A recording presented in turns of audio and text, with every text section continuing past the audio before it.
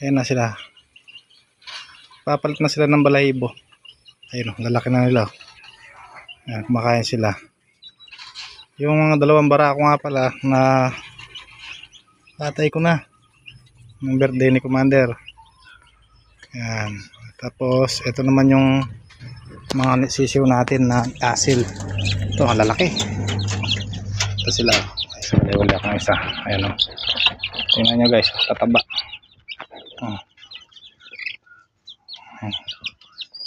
Ito yan. Tapos yung huling binigay sa atin, ito. Ito, tatlo. Ayan, malaki-laki na rin. Ayan.